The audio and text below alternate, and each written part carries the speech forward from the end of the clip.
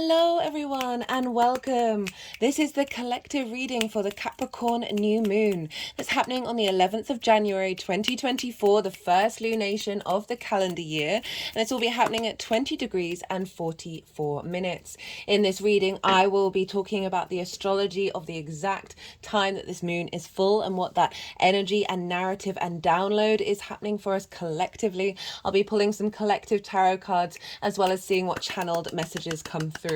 My name's Chloe. I work with card divination, astrology, and I channel energies through my body. As you can see, my hands are moving around right now. This is independent of my conscious thought, drawing in energies from different dimensions to help us heal, help us clear stuck energy, and open up portals to source to get us in alignment with our soul's true frequency in this current incarnation.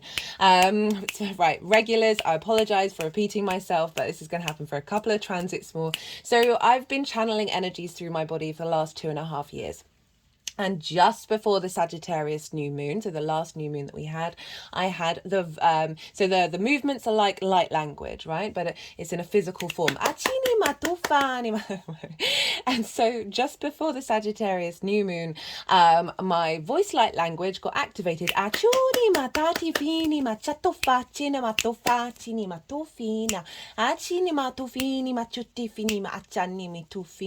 This is all sort of a new process for me. I'm still integrating it. Sometimes I've been getting words while doing the vocal light language that are linked into translation of it, but a lot of the time I don't. And this doesn't break away from the energy transfer that you'll be receiving when I'll be doing the light language, both in the physical form of my hands moving around as well as the vocal light language as well. So maybe interesting to sort of tap in to see what energy you're feeling from it. But it will be helping sort of activate and so clearing energy and then activating DNA in our light body in order to receive what the landscape of this full moon in its fullest. Oh, fini chato fani matani matu fini mana chini matu facina tu fane chini matu fini machato ne machani matu fa.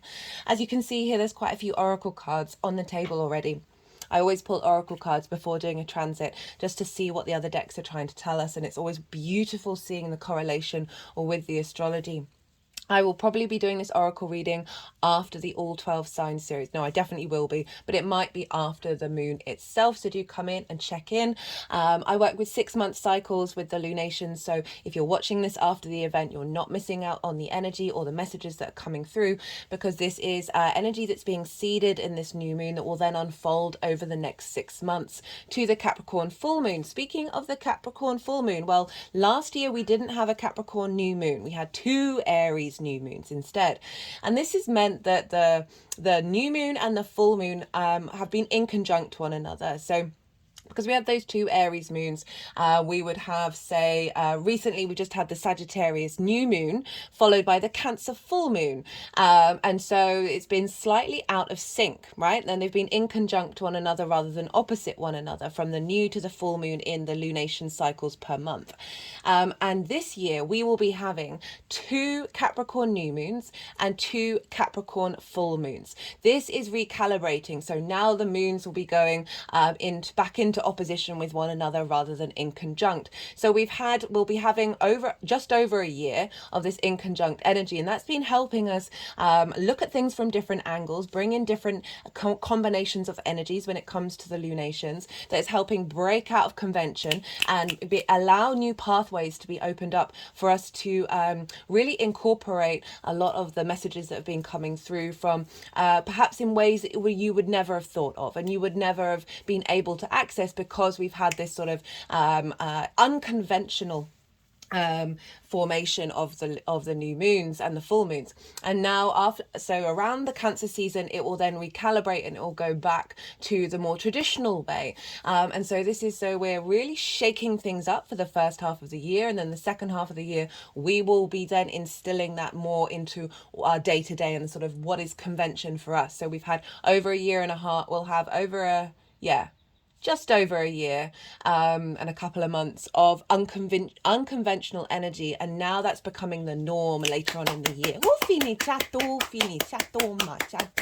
So there's a big focus on the Capricorn energy this year, which is really interesting because it's tied into Pluto's obviously going to be moving into Aquarius at the end of the month. It's this year is the final year that we will have Pluto in Capricorn for the next 200 years, for the next 7 generations. Achuni matufa, chini matufa. So we're clearing out a lot of generational energy, a lot of generational curses as well. And I use that word really lightly because it's not an area that I tap into very often, sort of the heavier energy, but it is part of the Pluto cycle to break out of formations and transform. And this year is that final year that we're having with the sign of Capricorn.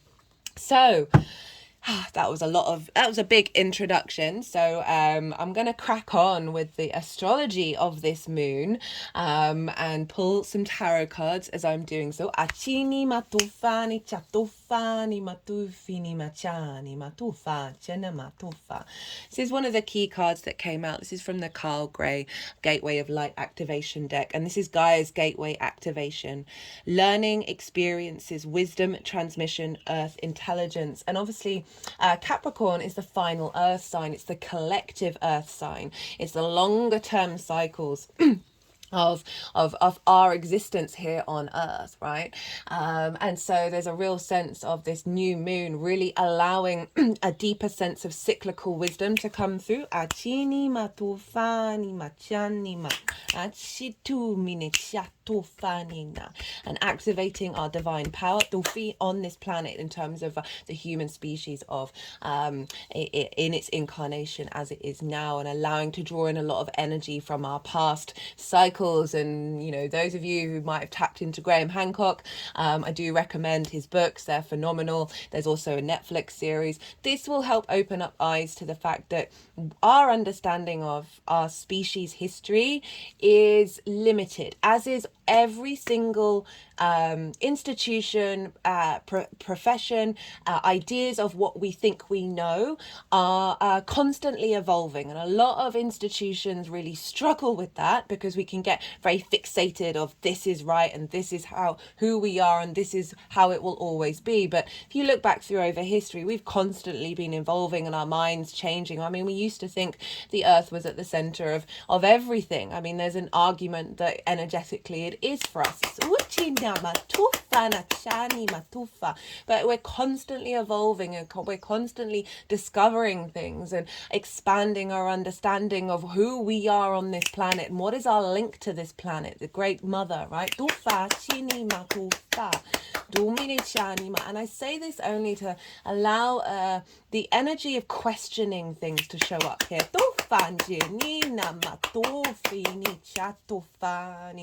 That helps just create space for new energy to come in that may be unexpected, that you may not believe in, but is actually inherent within the universe.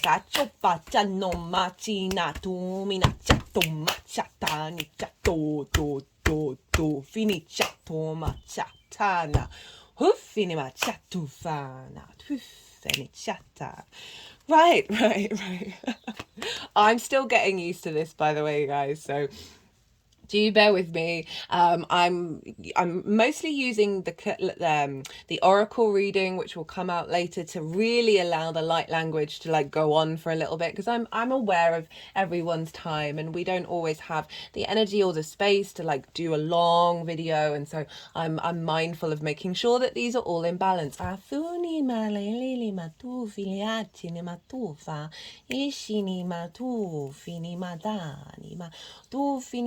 China fana chana onguchinina chalala novina ashili malufini achile malufina chatane ufina chini mento fini achini tichi tufini e shini matufane chatofa. Right, okay, let's talk astrology. Let's talk about the moon and the sun. Where are they? This is a new moon. What a new moon's all about? Well, this is the moon getting a reboot, right? So every time a planet or a celestial body comes into conjunction with the sun, it's an essence of like that sun, the vibrancy of that light, the divine light coming through kind of burns up the previous cycle. It transmutes everything that we have learned from that Capricorn full moon that we had last year. and I just checked my Instagram account to see, just read the blurb for it.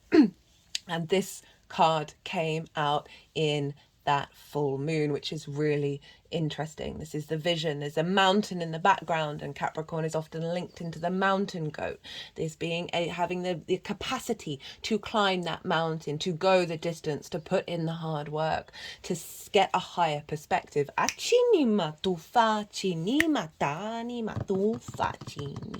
was talking about the new moon, right? So whenever a celestial body comes into contact with the sun, it's like it's getting a reboot, right?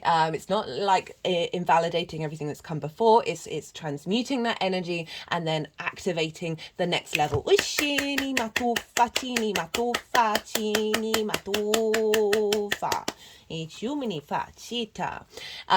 so the moon has been on her journey. And so this is a new activation from the last 6 months, from that Capricorn full moon.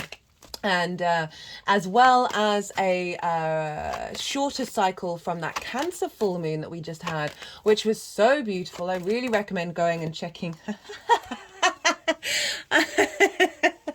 This is Saturn's card. This deck, I use it. I use it for so I change decks every quarter. So with the equinoxes and with the solstices. I went to Glastonbury for the winter solstice, and so this was taken with me, and this was charged up, and this is hilarious. Obviously, that's Capricorn energy. That the World card came out as it is Saturn's card, and I love this deck. The wings are representing this ability to fly and be free, to have movement. The World card is know thyself and the world will open up to you. It's also representing an element of completion, as well as where we're headed, right? So with new and full moons, they represent new moons, new time, full moons, ending of something, but without an ending, we can't have a new beginning. Without something new occurring, we can't have an ending. So they're all in loop with one another. This is very I was just talking about Mother Earth and our connection to it. This figure before the Rider Waite used to be a hermaphrodite, which was honoring the masculine and the feminine within us. And so I find this really fascinating that this came up as the first card, not only because it is Saturn's card, but we've got the Father card here. I'm going to not talk too much about these oracle cards. I mean, it all depends. Sometimes they really want to be in their own video. But this Father card came up, and I was really intrigued by that because Capricorn is a yin energy. It's a feminine night energy. So I would have thought that the Mother card would come up. But this Father card, particularly what Kim Krans writes about it, is the difficulties and the duality of that father energy, that masculine energy. And especially with Pluto being there, that there is, with this heavy yin moon that we're having, there is a rebalance and a softening and an acceptance, and a healing of that masculine energy. Arguably with the journey of Pluto being in Capricorn, we've had banking crises, we've had fracking, we've had all of the sort of the more action orientated, more go, more mine, economic, like the constant growth thing, that constant need for action and taking action and moving forward, constant growth, has just sort of is crippling a lot of the world, right? Not on an environmental scale, the earth, nature, the collective earth energy, as well as our ability to deeply trust one another as a species. And obviously Pluto's been bringing a lot of that out because it's a tradition of the humankind, right? It's one tradition. It's not the only tradition. There's lots of other sides of Capricorn that I'm going to talk about. That there is this element of balancing that yang energy that's very prevalent. And when I say yang and yin and masculine and feminine, these are not gender specific. You have them within you, right? Astrology teaches me that that there are yin and there are yang signs. And so if you've got a chart that's heavily yang, you're going to have more of the masculine energy within you, regardless of whether it's that, regardless of your gender. And the fact that that's set up here with this duality of night and day that we have, like the fact that the moon is and the moon and the sun, and the way the sizes of them really bring balance. There is this duality that you cannot avoid on this planet. And we signed up to be part of that, and that's the honoring of the masculine and the feminine. And with that, when we unify that, when we're not out of sync, where one isn't prioritized over the other, and honoring the other, when you are activating one or the other, I'm saying lots of different words, right? That's when we know ourselves, and that's when we connect to the earth energy. That's when we connect to ourselves as a society, when we are not surrounded by limitations. Right, so new moon. This is a great time to set new intentions, plant seeds. I'll be doing a breakdown for each of the 12 signs to let you know what house that is in for you all, of where to set your intentions. But overall, this is sort of, let's think about Capricorn energy. It's ruled by Saturn. So it's a yin earth energy. It's cardinal in nature. Cardinals are the solstices and the equinoxes. They mark a turning point in the cycles of time, and are linked to the earth energy. They are instigating energy. They are leadership energy. They like to start things. So we're activating, we're starting a new cycle here. And so this is with that Capricorn energy, as I said, that yin energy. Yin is very receptive. It's very observational. There's an element of strategy with yin, because it's taking everything in, bringing nuance and depth before taking action. And so there's a real sense of cultivation here. And that earth energy, very practical, very...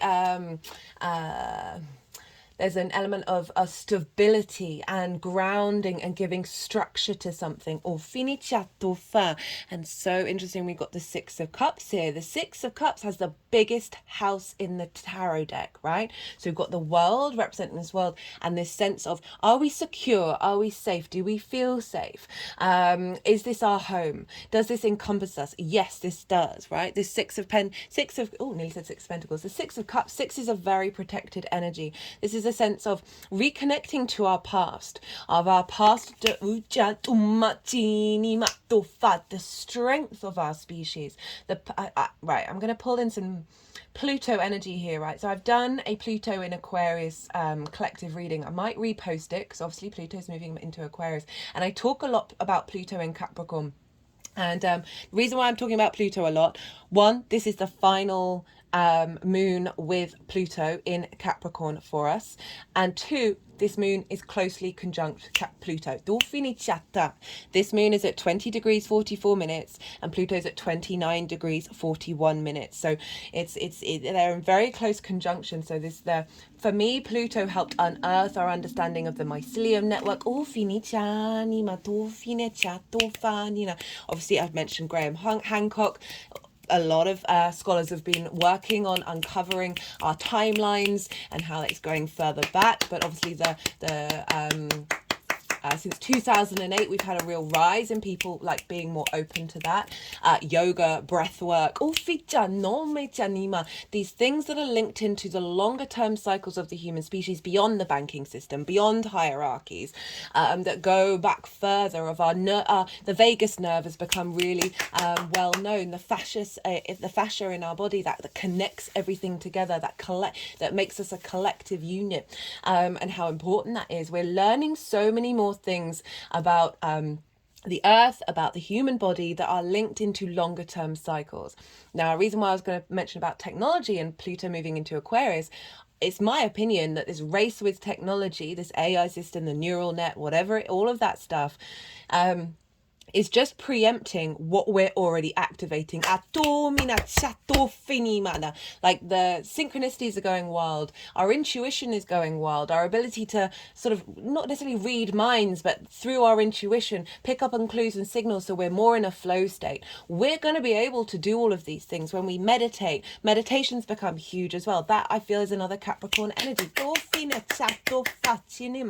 That sorry, I'm speaking very fast because there's a lot I want to say, and there's a lot of astrology, and I'm mindful that already 20 minutes in.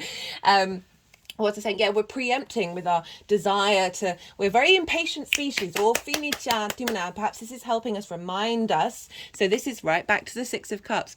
This is an offering from the past that allows us to see our emotional body and our sense of safety with abundance, right? Being able to tap into our intuition based on the wisdom of those that have come before us that are out of our conscious history.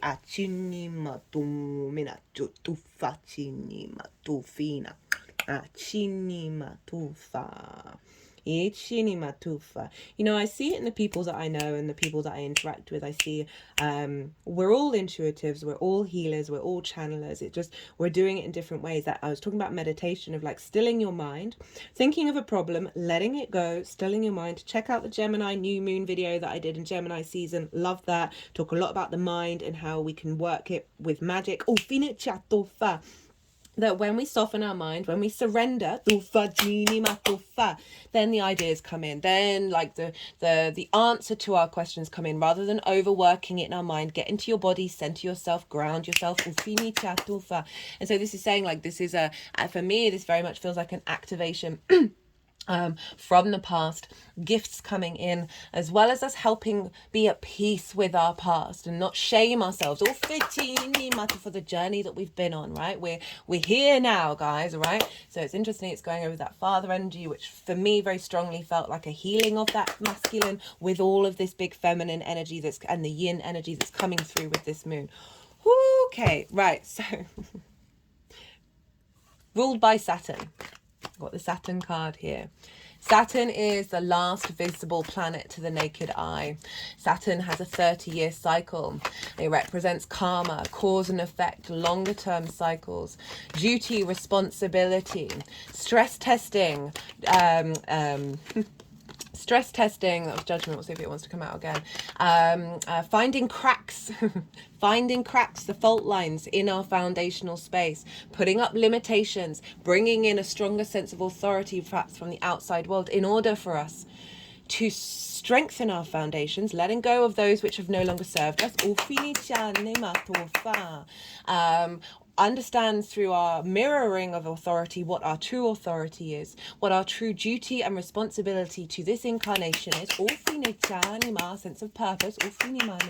Saturn helps us commit to this. Saturn helps us understand our own integrity. If you want to work with Saturn, work with your integrity. The more you walk your talk, the more that you stand true in your authority, that your integrity, of acting on your integrity, the more Saturn won't necessarily knock you around so much, right? Because Saturn can be a very difficult planet. But the long-term cycles of Saturn helps us grow, helps us mature, helps us evolve. And with that, there's a sense of legacy. I see legacy and commitment in every chart. It's really noticeable in sort of perhaps more prominent figures, just because it's easier to clock that. But I see it in every chart. It's commitment, legacy, integrity, and wanting to do the hard work, climbing that mountain. So we've got this very strong Saturnian moon. We've got this strength of character, this maturity, the ability to see the cycles. Moving away from an eye for an eye and stepping into kindness. Forgiveness,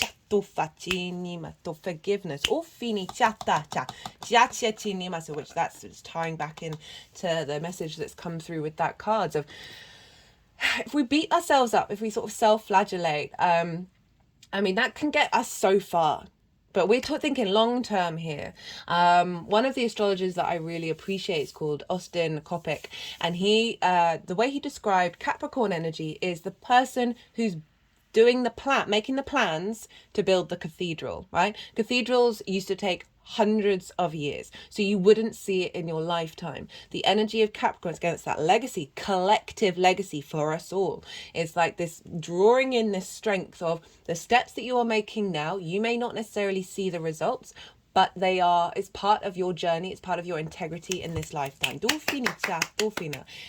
doesn't just have to be the cathedral, right? So it could be a longer term project, a sort of what's the next decade going to look like? What's the next 20 years going to look like? What are you going to care about? You know, I talked a lot about that with the Cancer full moon, right? Of really helping us elevate our emotional response, our intuition to things around us, not getting triggered so much, not getting in our feelings, not feeling hurt over things that actually don't exist because it's based on your trauma and misinterpretation of what somebody else has done, or vice versa with other people. So that full moon very much felt like a download elevation that's going to be over the next 6 months, that we're probably getting a boost at this new moon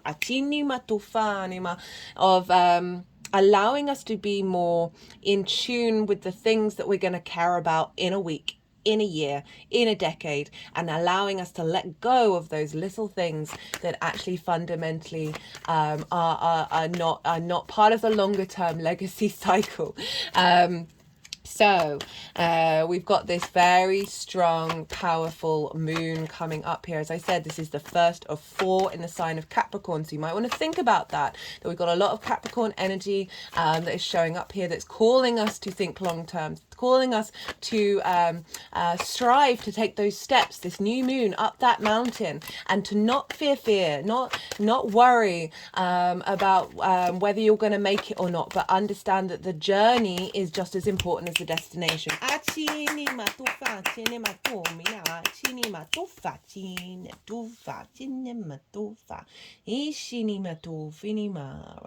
Just my eye is drawn to the earth intelligence part of this card, and it's making me think about the sort of the body, the physical body, our groundedness, our practicality of that intuition that got boosted in the emotional sphere of the water energy of Cancer is now being strengthened into the 3D world with this new moon. Right,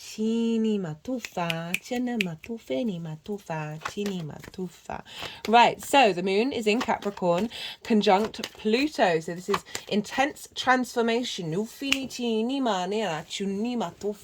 Pluto is very magnetic, it's very intense.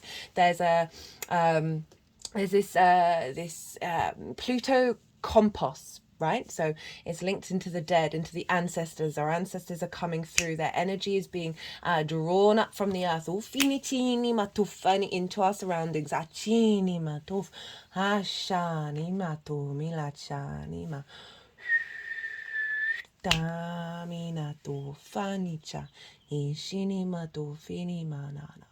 You know, Saturn's often linked into sort of like the grandmother, grandfather energy, right? Rather than the father. And here we have the grandmother energy of Mother Earth, right? That which has come before us has always been before us. And the wisdom coming through from the owls. Of being able to see the cycles quickly and take practical action to not repeat them, and then transmute that energy into a new cycle based on the wisdom that we know from this one and all that have come before us.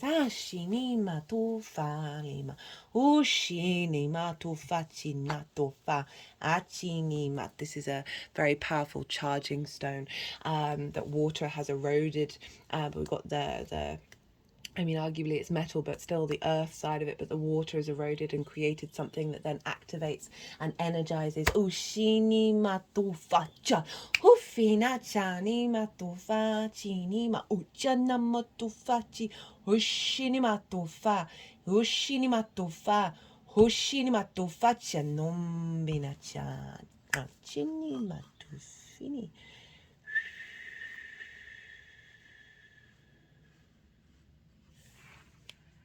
So, Pluto's quite intense, guys. So I'm sure we've all been feeling it.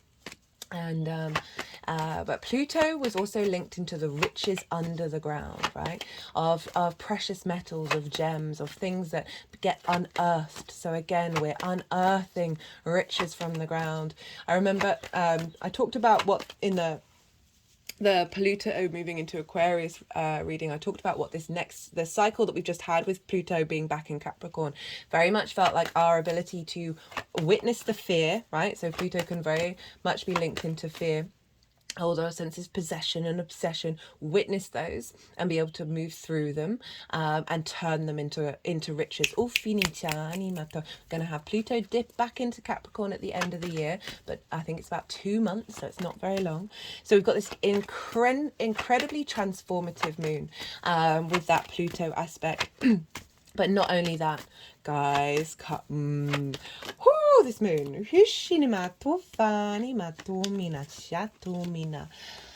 Square the nodes by exact same degree. The nodes are at 20 degrees of Libra and Aries. So this moon is squaring that. So if you and the Capricorn energy is like the peak between the nodes, so it's like the highest of the north nodes, or finicini, or what we're striving for. Where Cancer energy is, so the moons, these are squaring these. These moons are going to be really powerful over the next 18 months. Well, it's probably about 12 months now, and that Cancer full moon that we had helped us let go of a lot of things before we then activate and refine that energy. Now this is sort of linked into the highest point of the north node in terms of the cycle. And this is like where we're striving and what we're heading for. We've got the Hermit and the Three of Wands. Now this is sort of summing up this new moon. This feels to me, the Hermit card is about standing on top of a mountain, no less. This is about deep inner wisdom, moving outside of societal structures, of civilization. So all those things that I listed about Capricorn, they are beyond civilization. They are before it, right? Before these structures that have come into place. Finding divine wisdom within yourself, right? And it's with the Three of Wands, which is having laid the ground that we've done with all of this, all since that full moon in Capricorn and everything that's happened with Pluto in Capricorn. We've laid the groundwork, which is usually the Two of Wands, and now we're beginning a new journey with strength, with vigor. This person is protected. Their ships are going out. We don't know where we're headed on this journey, but again, on top of a cliff, representing the higher ground and a higher perspective of instigating a new journey. O finishanima, with wisdom of our individual understanding of our unique being, but going out into the world, into the collective.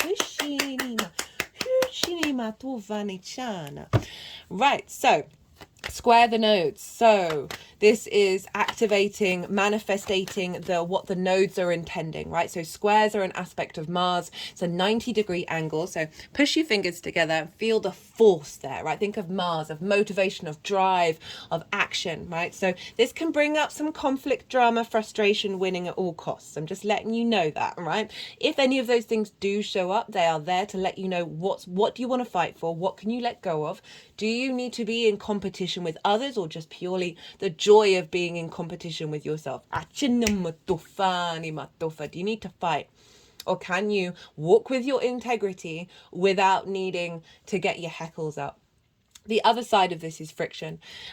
Without friction, we would not have atoms rubbing up against one another in this 3D linear time frame construct reality dimension that we're very aware that we're in. So high manifestation energy, bringing things into being, the motivation and drive and taking action.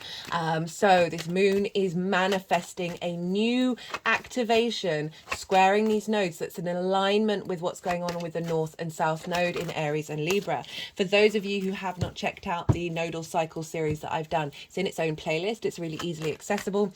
I pulled cards for all the signs, and did a lot of things in the introductions about North node in Aries, South node in Libra. That's part of the 18-month cycle. So go check that out. That's relevant until the nodes leave these signs. So we've got this big activation of us being able to be independent while still working with the people around us, not people pleasing, right? That we're really bringing these together. I see it absolutely everywhere at the moment. It's quite phenomenal how loud these nodes are, and they are activating as well. So we've got this very, very powerful new moon that is activating a longer term cycle with this Capricorn area of your life, but in alignment with the nodal cycles, in the alignment with the eclipse cycles. And Speaking of eclipses, we had the second Aries new moon that we had last year was a hybrid eclipse that happens once a decade.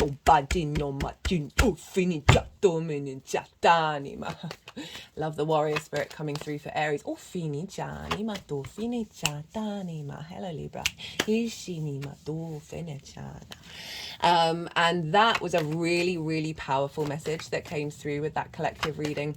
And that was with that Aries new moon, that hybrid eclipse, we were drawing in the ability to walk in lockstep, like, you know, it is very martial, it's ruled by Mars, in lockstep with our past lives and our future lives. And so with each new moon, regulars, you'll know this, each new moon, this has been activating a new download in each zodiac sign that's helping integrate our conscious awareness of this and our ability to move through the world in alignment with all the nuances of the universe.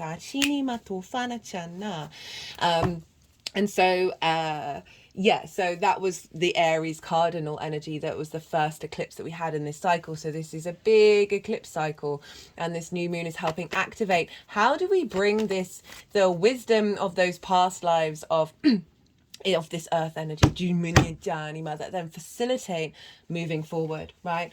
You remember 2 of Wands, getting the lay of the land on top of a castle, looking at the world card, right? Looking at the world in its hand. Now we've moved beyond that. We've moved beyond that cultivation, and now we're instigating the next part of this cycle, where we're taking this out in the world and being more in your own power. Not only that, but Chiron is very closely squared this as well. Chiron is 15 degrees of Aries, so it's getting in conjunction with the North nodes shortly. That'll be, I think it's in February. Okay, that's weird. Just got the King of Swords. This came out with the full moon in Capricorn. This is Aquarius energy, which is also ruled by Saturn. The King of Swords is able to see things clearly, is very standing in its own integrity, its own power, and being able to take action with that clarity of mind, with the wisdom that's coming through.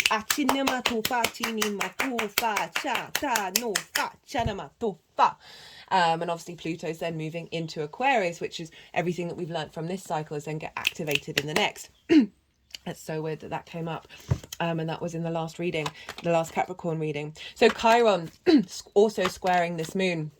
And Chiron represents the wounded healer. Chiron was abandoned by its parents, and also suffered a wound from a friend that never healed. So it's these things that happen beyond our control that may wound us, that we, through our journey, begin to understand the medicine behind it and are able to help heal others who have faced those situations. And it's often linked into past life energy.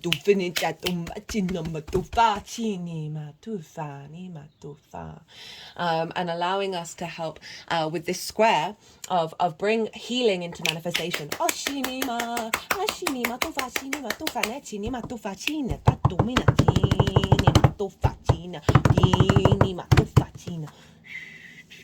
They just went over the flame card, which, you know, Aries is the first spark of spirit, right, of relighting our fire, helping transmute that, any wounds, like, so if you think you've got a wound, like, obviously don't do this at home, kids, you would heat something up on a fire and then press it into the wound in order to heal and protect. So it really feels that this Aries energy is helping transmute any blockages that we have in our physical form, that is blocking us from this spark of spirit, from perhaps collective past life energy that we are holding within ourselves now, as well as your own individual past life energy on earth, in linked into the earth element.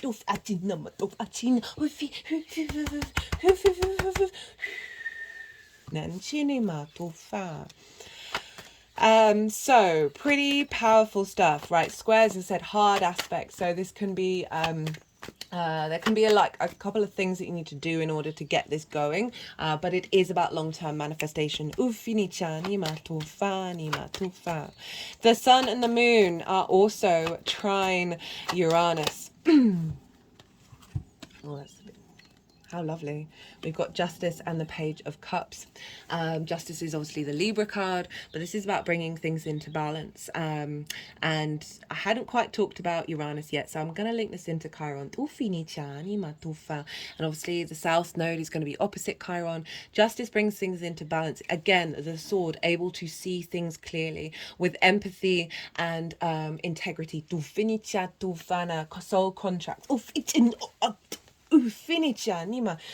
Being closed out in order for us to activate this new frequency in the collective. We've got the Page of Cups, which is very magical energy. This figure is, it's the happiest page in the deck. It's talking to a fish in a cup. Messages, magical messages.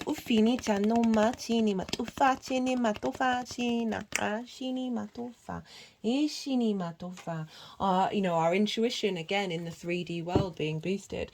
Our ability to love and have compassion. With everything that's come before and how we move forward. Right, so Uranus is trine this sun and the moon. You're right. This is the last. We're not going to get another trine with Uranus until Virgo season.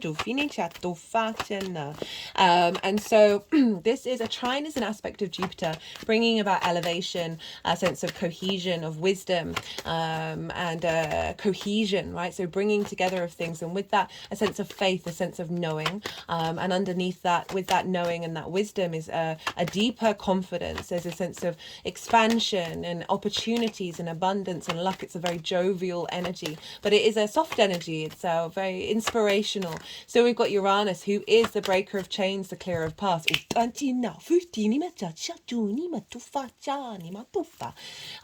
is the oddball of the universe. Its axis is different to every other planet. All its moons are retrograde, and its north pole points towards the sun. Liberation, right? The rebel, the innovator, the mad scientist, all of these sort of Uranian energies. Uranus is comfortable being different to everybody else. It's not bothered. It's going to do what it needs to do, and it intuitively knows what to shake up in our lives and inspire us in our lives. That's helping us onto a path of liberation. Ashinima. So we have this trine with this sun and the moon. And Uranus is retrograde, so it's an internal, I often link the Tower card in with Uranus. Because Uranus can, even though it's a Mars card, I could also see it being a Saturn card. Because actually no, more Uranus and Mars. Because you're knocking down the top stuff and leaving the strong foundations of self, creating space for new, unique galactic energy coming in. We've got the Sirius star blessings card up here as well.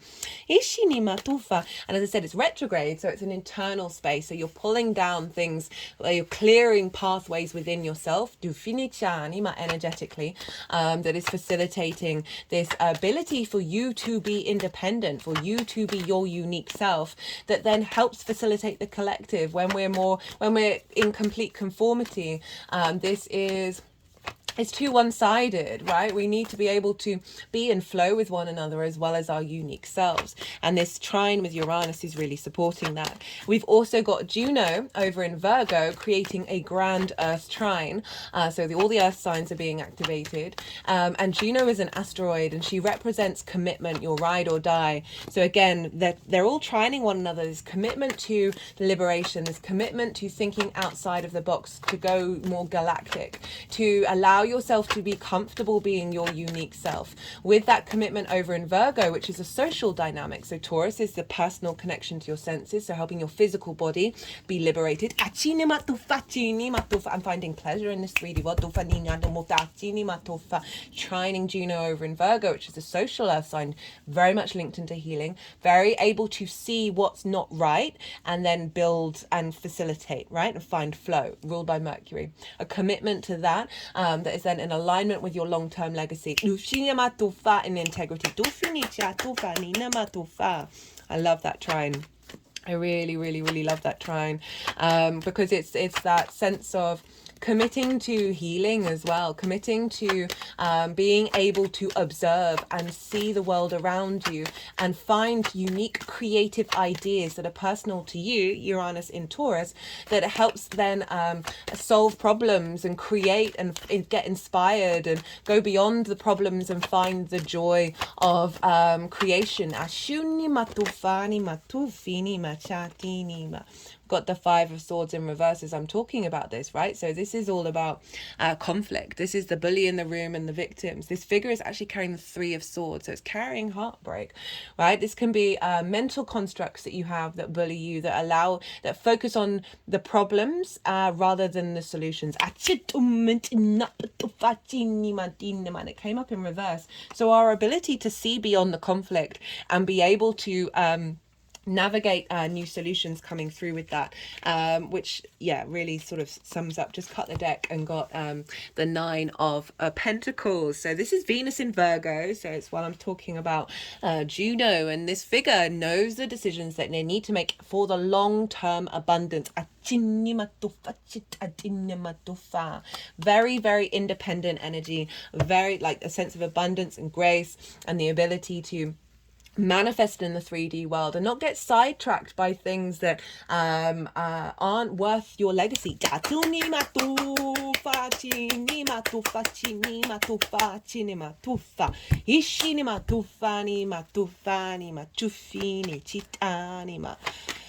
What else is going on? Okay, so there's a fair amount. Where am I at? 45 minutes. Okay, let's try and speed this up. So Juno, which is another asteroid, is over in Scorpio at 21 degrees. Pallas Athena is in Scorpio at 21 degrees, sextiling Juno. Pallas Athena is about embodied wisdom. She was about strategy, thinking long-term planning, wisdom. She was also linked into the law. She's in Scorpio, this place of transformation, this place of being able to see into the darkness and find the truth, right? And not being afraid to go into the dark and look under the bed, right? And see those monsters and realize those monsters have just got wisdom that they want to tell you. Now that's opposite Uranus. So making sure we're in balance with our independence, right? And not going too far. So just being independent for contrary sake, because that's not the point. Making that in balance and making us be able to see the truth of our true transformation and our fixed emotional space. It's also sextiling Juno, that is bringing about creativity of this commitment in the way that we're thinking long term, and bringing about a sense of love and appreciation into this commitment. Orphina and embodied wisdom.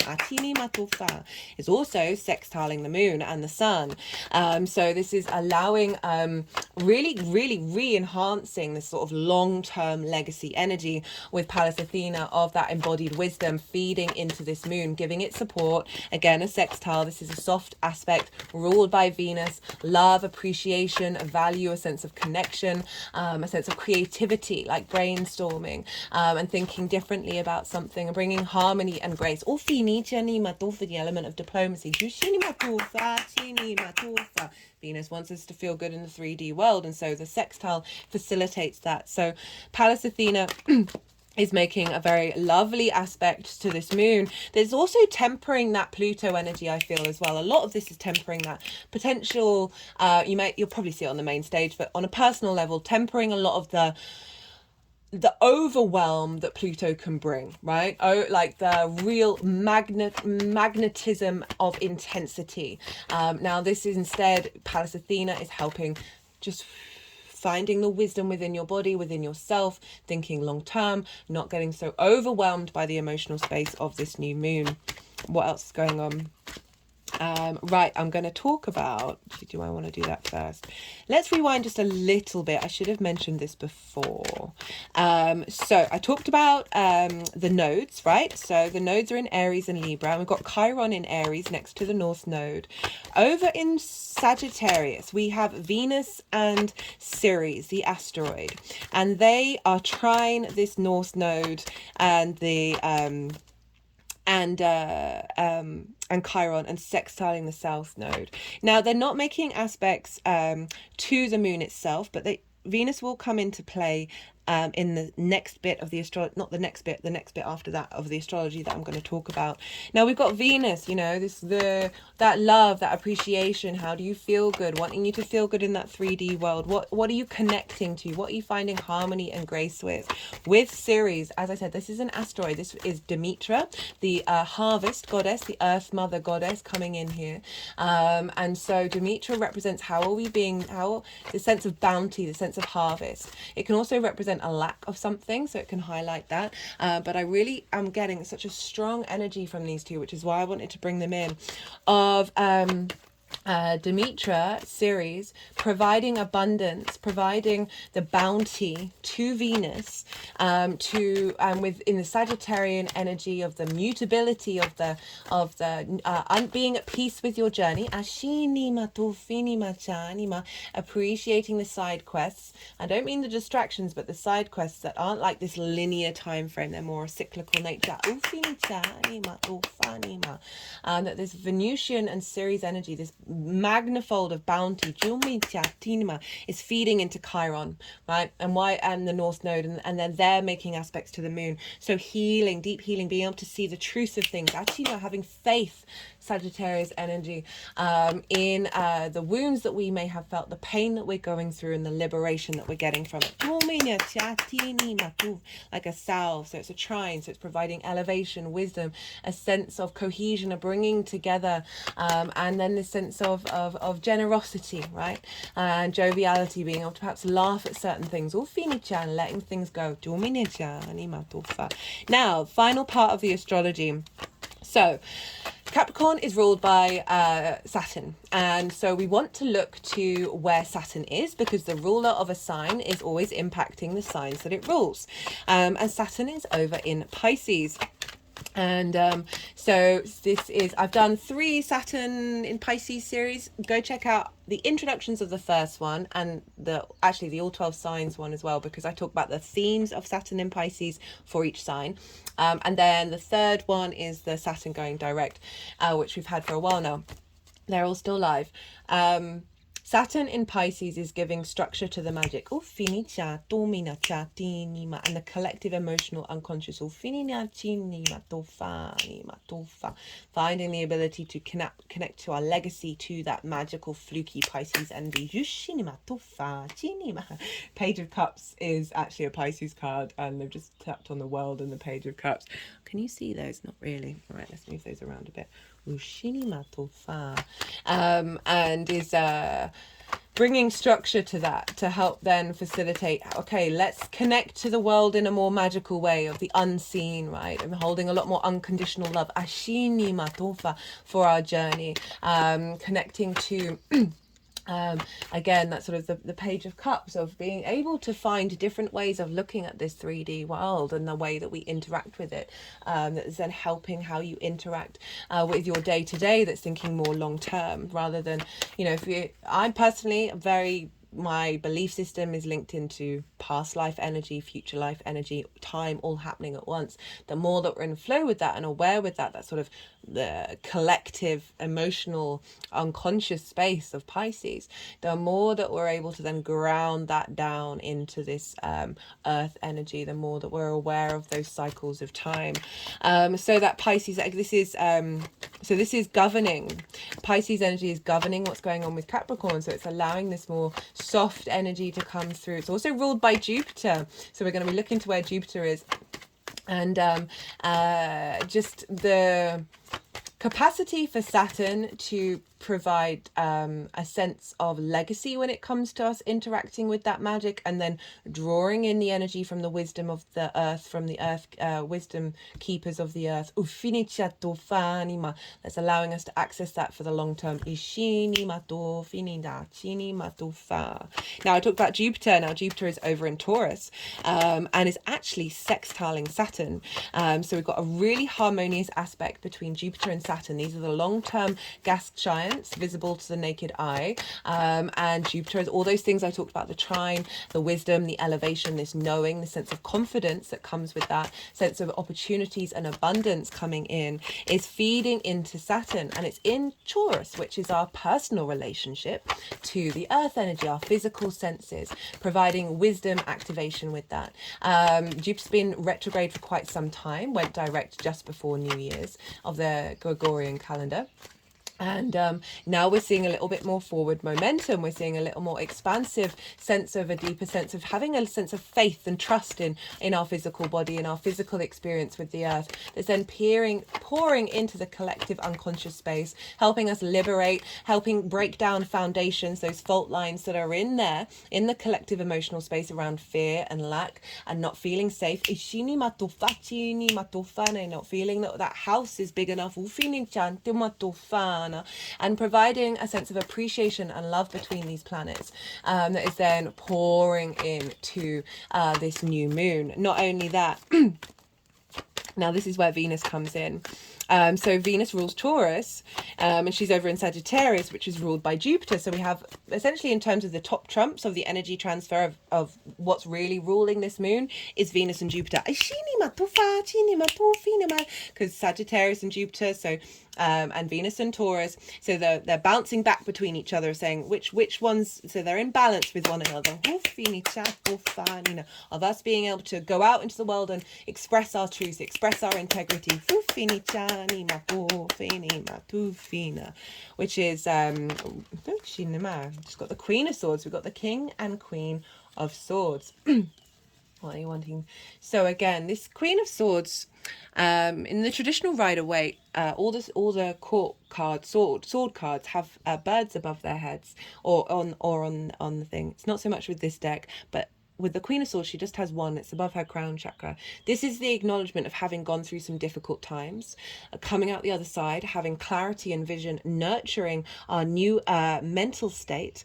And I feel what I'm getting really strongly is that coming out when I was talking about Jupiter and Venus is, and with Ceres involved, of that abundance coming through, of the ability to let go of those pains that may have come before and really cultivate this new clarity, understand where all those pieces had to come and how you got there, and really nurturing and bringing depth to this new emotional state. Highlighting that we've got the Arcturian light codes coming in.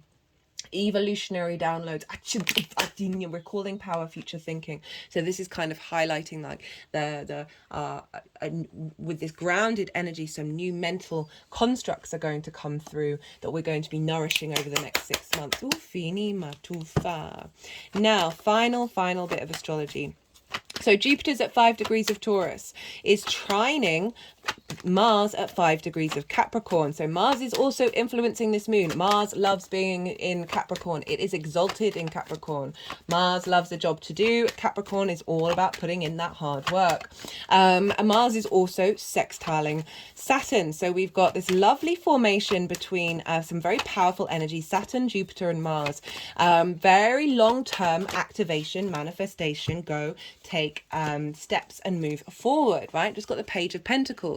Page of Pentacles is the most dutiful page. It's the one who's wanting to commit with the Chariot, to commit to taking action. It's very studious. It's new earth energy coming in. New earth messages. With the Chariot, which is the Cancer card, which is opposite this moon. But this is all about divine will. This is about having gone through all the stages leading up to the Chariot, right? We've got the Magician's baton. We've got the Empress's headdress, the moons and the pillars of the High Priestess. On the traditional Rider-Waite, we've got the lingam and the yoni with the wings, but this is represented by the yin and the yang, that feminine and masculine of the lovers and being in alignment. And the Chariot is able to move through the world, knowing it's able to access all the resources that it needs in order to come to victory. And I love this for Mars as well, because there's movement here, right? And there's also will and strength of power with that Page of Pentacles, of this new frequency coming in, these new dynamics with those planets. Mars, motivation, drive, action. in harmonious soft aspects with the outer gas planets of the long-term legacy. Finding wisdom and support from Jupiter, sense of elevation of what the actions that we take based on deep knowledge. We've got the Five of Pentacles here as well. This is about being left out in the cold. This is about parts of society not being taken care of. This is a fear mentality, survival mechanism, Ushinimatofa, sense of separation and isolation. And it's wanting to go in reverse. But I do feel like a lot of healing around this wound is coming through. Oshinimatofa, Chinimatofa. But it's coming with the Five of Swords here. So we've got a lot of swords and we've got a lot of pentacles. Which is really interesting of that, that the fact that we're going to have the Sun and Pluto move into Aquarius, of like acknowledging that next bit of the cycle, that with this feeling in our body, we are then instinctively taking action, which will means our mind will then start thinking different patterns. These are in reverse. So a clearing away of these, like a moving beyond this space.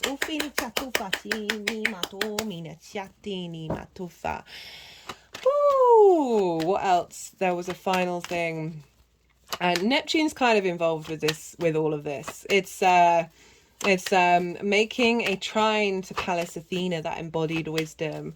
It's making a loose sextile to the moon itself. And right, Neptune is about all different realities coming in. Like for me, it's your connection to source energy, all the frequencies, all the dimensions. That unconditional love of every single moment, every single action is inherently loved by the universe. But it's about bringing different realities into our own, and that coming into this moon. And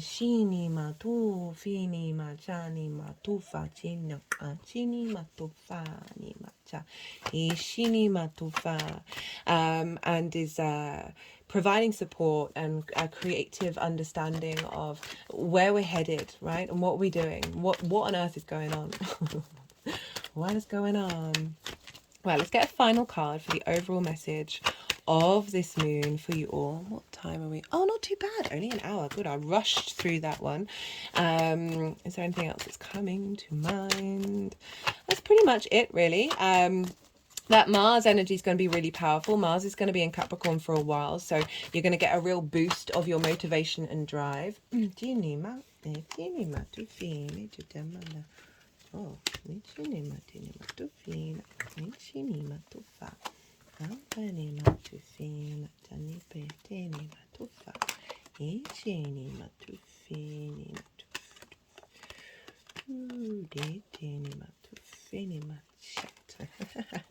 okay, so I've really so I'm used to shuffling for jumpers, just because I'm like, well, if they jump, then I know that that's what they are. But recently with the voice activation, the energies have actually started wanting me just to cut the deck and just go through it. So I have to really soften my mind and not look at what the cards are. So we got what do we come through? We got the Four of Wands. I always used to link this into Saturn. This is about the harvest. This is reaping what you sow and celebrating it. So the harvest takes a long time, and after, you have to work with other people in order and put in the due diligence day by day by day by day. And it's not until at the end of the cycle that you then reap the rewards. It's also that series energy that's coming in. But this is about a celebration. It's a temporary celebration, but it is honoring the hard work that you put in and celebrating it. And I feel like this is calling us to not forget to do that. Be aware of where we're at and where we've come from, right? Don't forget the past. We so often forget the past and then beat ourselves up for not progressing enough, right? That linear forward motion, yang energy, when in fact we need to sort of often reflect on those cycles and go, oh my goodness, I'm a completely different person. Well, you're not. You've just re-remembered who you are. But I like how, okay, so we've got the Three of Wands and the Five of Wands, so the Four of Wands, like saying throughout this journey, this cycle, it's going to be activating causes to celebrate, right? But also the enjoyment of putting in the hard work. Got the Tower card, which I was talking about earlier, helping pull down pull down certain structures that have been limiting us from being able to connect, perhaps through the wounds of the Queen of Swords, the wounds, the pain, blocking things out mentally, like disconnecting. That the Tower card is coming through to help us understand our path and be able to reconnect to it. And the High Priestess wanted to come out, this deep, strong, intuitive energy. This is the Moon's card, of really knowing that we are drawing things towards us, that we are drawing this energy of those past lives, that wisdom or keepers of the earth. And we've got the Three of Pentacles and the Star. So, I kept mentioning Aquarius, and here we got the Aquarius card come through. Love this. Three of Pentacles. This is mastery, right? This figure knows what they're capable of doing. They just get on with doing it. And then because they're in that mindset, they're drawing towards them like-minded energies that've got other skills that are bringing, working together in order to create something beautiful and long-lasting. So this is mastery and collaboration. So that's that individual within the collective. And again, this is a church, this is a cathedral, what I was talking about earlier. Perhaps there are some things that you're instigating, energetic frequencies that you're instigating in this lifetime that are serving you in the next, and helping clear that from the past.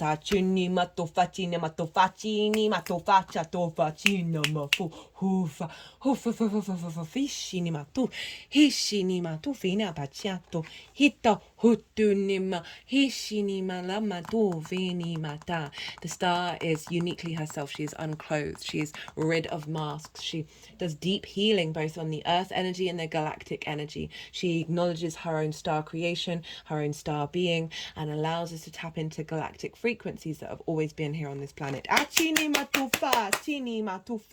getting us in alignment with that new moon in Aquarius, which will come next month.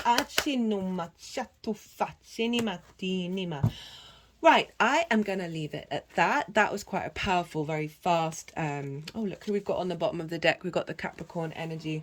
Now, this Capricorn, yes, it's the devil.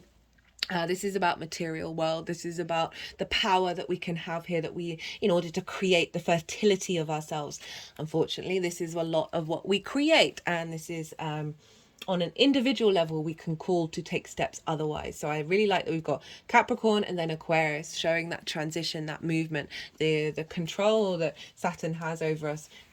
It's maturity, right? Often wherever Capricorn and Aquarius are in your chart, these things take a while to activate, right? And so allow the slowness to bring you peace, to bring you into alignment. Give yourselves moments to breathe over this new moon, setting intentions. You can do so for the collective to help us bring in this energy. I haven't tapped into the world news for a while, but I'm sure it's all still business as usual, and that can get really heavy when we tap into that collective energy. My shoulders have just gone straight down.